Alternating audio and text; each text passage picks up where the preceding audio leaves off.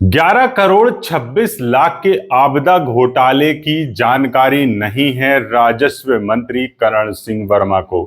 नमस्कार, आप देख रहे हैं एच के न्यूज और एच के न्यूज में आज फिर हम चर्चा करने वाले हैं मध्य प्रदेश के सिवनी जिले के केवलारी में हुए 11 करोड़ 26 लाख के घोटाले की चर्चा।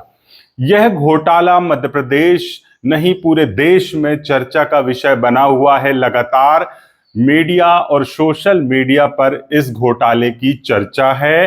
हैरानी की बात सबसे बड़ी यह है कि इस विभाग के जो मंत्री हैं उनको इस घोटाले की जानकारी नहीं है। यह हैरान करने वाली बात हम उनकी ही जुबानी पहले आपको वीडियो में सुनाते हैं। चलिए वीडियो उनका सुन लीजिए। ये मध्य प्रदेश शासन के मंत्री हैं करण सिंह वर्मा, जो सिवनी जिले के प्रभारी मंत्री हैं और बीजेपी सरकार में मध्य प्रदेश में राजस्व मंत्री हैं और उन्हीं के विभाग में यह घोटाला वर्ष 2022 में हुआ है। सुनिए करण सिंह वर्मा जी का यह बयान, जब मीडिया ने घोटाले के बारे में उनसे सवाल किया तो उन्होंने क्या जवाब दिया, फिर आगे की हम चर्चा करते हैं।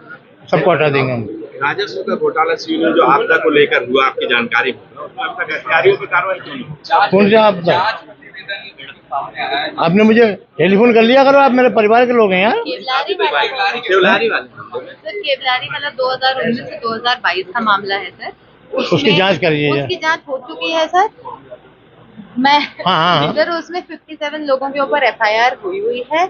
उसमें 3 लोगों के ऊपर डी शुरू हो चुकी है, 2 लोग बर्खास्त हो चुके हैं। इतनी बढ़िया कार्रवाई की नहीं वो तो, लेकिन जो अधिकारियों में अभी तक तो सुना आपने, ये जो राजस्व मंत्री हैं और सिवनी जिले के प्रभारी मंत्री हैं करण सिंह वर्मा, जिनको मालूम नहीं है कि 11 करोड़ 26 लाख रुपए का यहां आपदा घोटाला तहसील कार्यालय के बाबू के साथ मिलकर अधिकारियों ने कर लिया और इसकी जांच भी चल रही है और इस मामले पर कई गिरफ्तारी हो चुकी हैं। इस मामले में मुख्य आरोपी नायब नजीर क्लर्क और जिसे बाबू भी कहा जाता है, जिसको मुख्य आरोपी बनाया गया था। इस मामले के 16 आरोपी अभी भी फरार चल रहे हैं।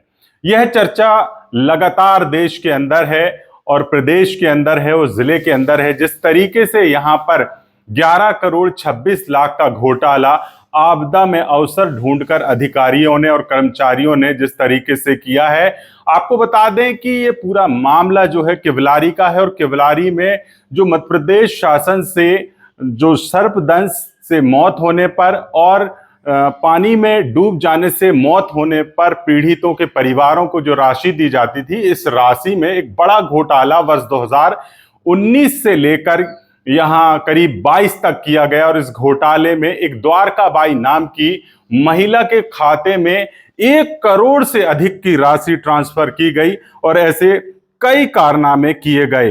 अब तक जबकि इस मामले के 16 आरोपी फरार चल रहे हैं, इस घोटाले की चर्चा देश की मीडिया पर है, सोशल मीडिया पर है। सोशल मीडिया पर एक्टिव रहने वाली बीजेपी के सरकार के मंत्री करण सिंह वर्मा, जो राजस्व विभाग के मंत्री हैं, उनको यह जानकारी नहीं है। सिवनी जब वो समीक्षा बैठक में पहुंचे, समीक्षा बैठक के बाद जैसे वो बाहर जब आए तो मीडिया ने उनसे चर्चा की, समीक्षा बैठक के बारे में भी उन्होंने जानकारी दी और जब उनसे सवाल किया गया कि केवलारी में 11 करोड़ 26 लाख रुपए का घोटाला हुआ है, तो वो कहते हैं कि आप तो मेरे दोस्त हैं, मित्र हैं, परिवार के जैसे हैं, मीडिया कर्मियों को आप मेरे से फोन पर चर्चा कर लेते। पीछे खड़ी कलेक्टर संस्कृति जैन ने उस घोटाले के बारे में अवगत कराया और मंत्री जी की जगह उन्होंने उस घोटाले की जानकारी साझा की। सबसे बड़ा सवाल यह है कि क्या मध्य प्रदेश सरकार के जो राजस्व मंत्री हैं, जो जिनके विभाग में यह घोटाला हुआ है, उनको जानकारी नहीं है?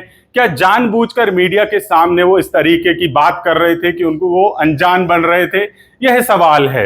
यह सवाल इसलिए भी है कि उसी विभाग के वो मंत्री हैं जिस विभाग में इतना बड़ा घोटाला हुआ है, कई आरोपी फरार हैं और कई अधिकारियों पर अब तक कार्रवाई नहीं हुई। इसी बात का सवाल यहां मीडिया कर्मी पूछ रहे थे, लेकिन मंत्री जी उससे अनजान थे और उनको कुछ भी पता नहीं, वो इस तरीके का वहां पर बता रहे थे। ऐसे में सवाल उठता है कि लगातार मध्य प्रदेश में इस तरीके के घोटाले सामने आ रहे हैं, लेकिन विभाग के मंत्री अनजान है, तो फिर सरकार कैसे चल रही है और कैसे सरकार के नुमाइंदे काम कर रहे हैं? एक और बड़ा सवाल यह है कि एक तरफ करण सिंह वर्मा जो मंत्री हैं, राजस्व मंत्री और सिवनी के प्रभारी मंत्री हैं, लापरवाह राजस्व के अधिकारियों पर कार्रवाई की बात करते हैं, जो राजस्व विभाग में जिस तरीके के काम चलते हैं उनको लेकर, लेकिन उस विभाग में हुए बड़े घोटाले की उनको जानकारी नहीं है। बड़ी हैरानी की बात है। फिलहाल आपको हमारा वीडियो कैसे लगा कमेंट बॉक्स में जरूर बताइएगा। अगर चैनल में नए हैं तो चैनल को सब्सक्राइब कर लीजिए ताकि आने वाली हर खबर का नोटिफिकेशन आपको मिल सके। इस खबर में जो भी आगे अपडेट आएगा वह हम आपको जरूर बताएंगे। और मंत्री जी अनजान हैं या जानबूझकर अनजान बन रहे हैं, यह सवाल अभी भी बना हुआ है। अगर हुआ तभी लोग हैरत से भर गए थे, लेकिन इस मामले को उच्च स्तरीय दबाने के प्रयास शुरू से ही चालू हैं और अंततोगत्वा आज जब इस मामले की सच्चाई का एक दूसरा पक्ष सामने आया है, तब से लेकर इस मामले में भी बहुत कुछ नहीं बदला है। इस मामले में सबसे महत्वपूर्ण बात यह है कि इतना बड़ा घोटाला हुआ, बार बार लोग मारे जाते रहे और बार बार अधिकारी लोग उसको एनओसी दे के उसका पैसा निकालते रहे, लेकिन जब पकड़ाई में आया तो एक छोटा सा बाबू पकड़ाई में आया 3rd ग्रेड का। तो इसका आशय साफ है कि जिस तरह से बिहार में चारा घोटाला था, ये उसी तरह का एक बड़ा प्रदेश स्तरीय व्यापक घोटाला है। और मुझे लगता है कि इसमें सत्ता पक्ष के बड़े बड़े लोग इन्वॉल्व हैं। अगर सत्ता पक्ष के बड़े बड़े लोग इन्वॉल्व नहीं होते और ये प्रदेश स्तरीय घोटाला नहीं होता, तो ऐसा कैसे होता कि अधिकारियों की संलिप्तता को बार बार कोर्ट कह रही है, समाचार पत्र कह रहे हैं, आप और हम देख रहे हैं। इसके बावजूद एक छोटे से अदना से बाबू को इसमें पूरा बना के और वो लाभार्थी जिनसे जान पहचान के आधार पे पैसे डलवाए गए अकाउंट में, उनको अपराधी बना के और मामले में लीपापोती करने का प्रयास किया गया है।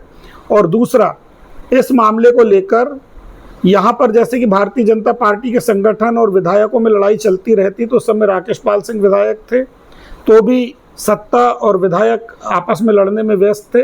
अभी दिनेश राय मुनमुन विधायक हैं, वहाँ से तो हमारे केवलारी से विधायक रजनीश सिंह हैं, लेकिन यहाँ भारतीय जनता पार्टी के लोगों का एक ही काम है, संगठन और सत्ता की लड़ाई में मस्त रहना और अपना शेयर हासिल करने के लिए हर संस्थाओं को नेस्तनाबूद करने की कोशिश करना। इसके अलावा उनको कोई मतलब नहीं है कि जनता की गाड़ी कमाई का पैसा 11, 12, 13 करोड़ रुपया एक जिले से चला गया। हमारे प्रदेश अध्यक्ष माननीय जीतू पटवारी जी, नेता प्रतिपक्ष माननीय उमंग सिंघार जी, प्रदेश के माननीय नेता कमलनाथ जी, दिग्विजय सिंह जी, सबने मांग की है और हम भी मांग करते हैं कि इसकी पूरे प्रदेश स्तर पे जांच की जानी चाहिए। मुझे लगता है कि बिहार के चारा घोटाले से बड़ा घोटाला ये साबित होने वाला है।